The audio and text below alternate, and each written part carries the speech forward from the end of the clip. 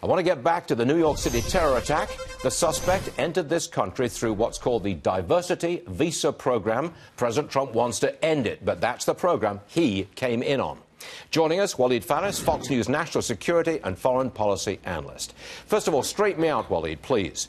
This is a program that brings in, what, 50,000 people a year, and do they come from predominantly Muslim countries? Am I right in saying that?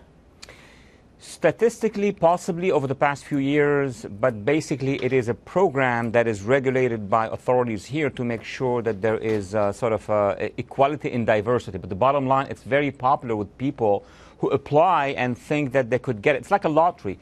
The question here is that, is this program really necessary? We have hundreds of thousands of legal immigrants coming anyway, like you and me and others, apply, and U.S. authorities have the privilege and the right to accept or not accept. I mean, this is not something that there is a fundamental right to immigrate. It's that you have a privilege to immigrate. But this program has been launched some, I think, 15 or 17 years ago. It is very possible that the U.S. government now can look at the situation and say, we don't need it. We have other ways to get immigrants in. But the other problem is, no matter what the programs are, the diversity one or the normal track, we need to have vetting regardless. But can you vet people coming from, if I use the expression third world countries, I'm not trying to be pejorative, but can you rely on motor vehicle records from Somalia or wherever? Can you rely on educational records from Uzbekistan? I mean, are these reliable indicators of who you're bringing into the country?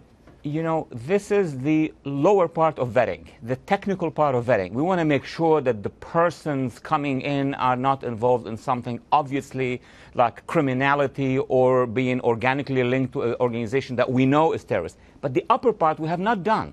Over the past 8 years and a half under the Obama administration, anything that has to do with ideology. The vetting is not about paperwork, it's about the mind. Are these people basically jihadists? That's what we want to know. Look at the Israeli system of vetting, which is very peculiar to Israel.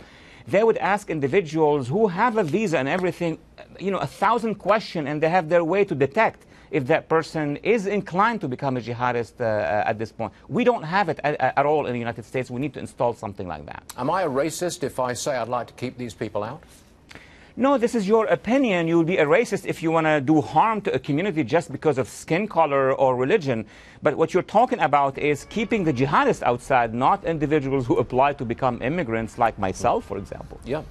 Two takeaways from my point of view. Number one, you really can't defend cities, sidewalks, towns, crowds against this kind of attack. And number two, you just don't have the manpower, you don't have the staff to surveil people who are maybe popping up on your radar screen. You can't do either. I fully agree with you. I think what we need to do is to educate the public. Many countries in the region, and now probably in Europe, are telling the public what is the threat, how do you detect it. That would help a little bit. But not that much, huh? I mean, I don't mean to be defeatist, but you can't beat this. You cannot eradicate it totally, can you? You cannot do it immediately overnight. What you can do is a long-range struggle, educating the public, coordinating the intelligence, and basically winning the wars overseas. But that is a 10 years project.